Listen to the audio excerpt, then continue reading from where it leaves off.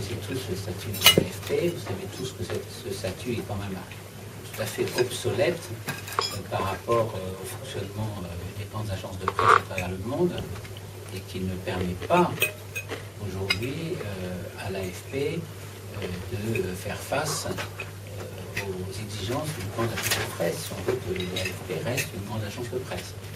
Alors, à partir de ce moment-là, à partir du moment où on est un peu surpris de voir comment l'AFP fonctionne quasiment en l'air depuis le début des années 50,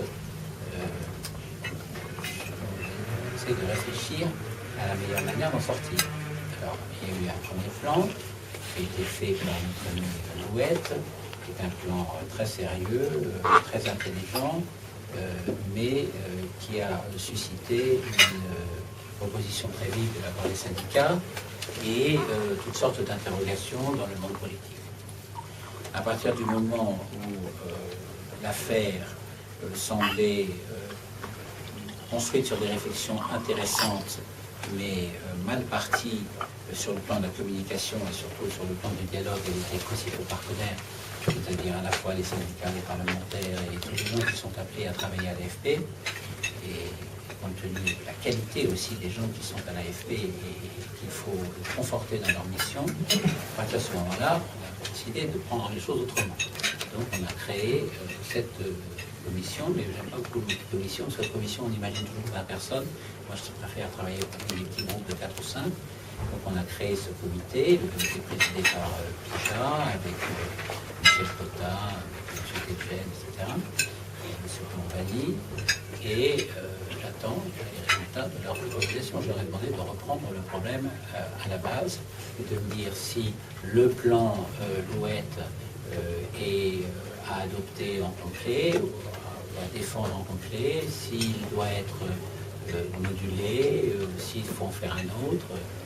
Enfin, j'ai préféré confier à des gens qui connaissent très bien ce dossier ou qui sont susceptibles de bien connaître et lui faire les préconisations nécessaires. Je pense que c'est assez légitime comme démarche.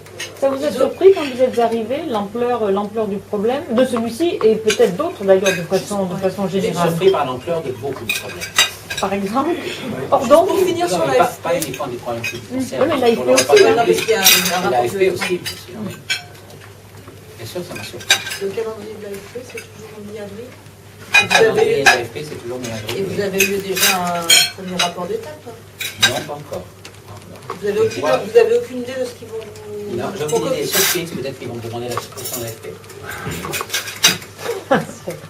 En tous les cas, oui, on s'ajoute un changement de statut à vous entendre. Ah, bien sûr. Je crois que ce n'est pas un... Je crois que c'est un secret pour personne que le statut de l'AFP est un statut qui est quand même particulièrement obsolète. Vous savez, de toute façon... c'est tous les héritages. Hein. Pardon? C'est tous les héritages. Oui, les héritages, c'est toutes les... Et la France? Toutes les études, et puis voilà. Quand Bill Gates a vu ce qu'était le statut de l'AFP, paraît-il, il est tombé De l'armoire. Il est tombé des nues. Enfin bon, c'est une référence comme une autre, c'est une référence anecdotique que l'on cite.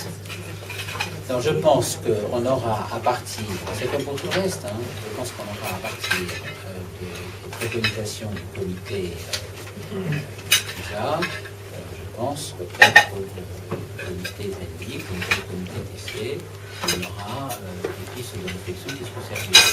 Voilà. À partir de ce moment, on va travailler. Et sur l'élection, Il y aura un nouveau président, ce moment-là. alors justement, Regardez quand ça les intéresse. Quel est pour vous le profil idéal justement du futur président de l'AFP? Quelqu'un qui puisse mener à bien précisément la réforme de l'AFP. Voilà le meilleur profil. La personne qui sera, c'est déjà pas mal. Hein. Et c'est forcément quelqu'un qui vient du secteur des médias ou pas C'est forcément? forcément quelqu'un qui les connaît. C'est pas forcément un journaliste ou forcément un journaliste?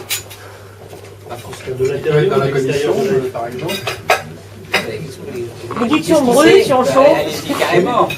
On va Je vous ne sais donner pas les qui noms, c'est, les parce que noms, c'est pas moi qui décide, puisque c'est le conseil d'administration qui décide. Et pour que le conseil d'administration décide, je rappelle que sur l'ensemble des membres, il faut qu'il y en ait 12 qui soient d'accord. Donc je ne vais pas me substituer à 12 personnes. C'est eux qui vont décider.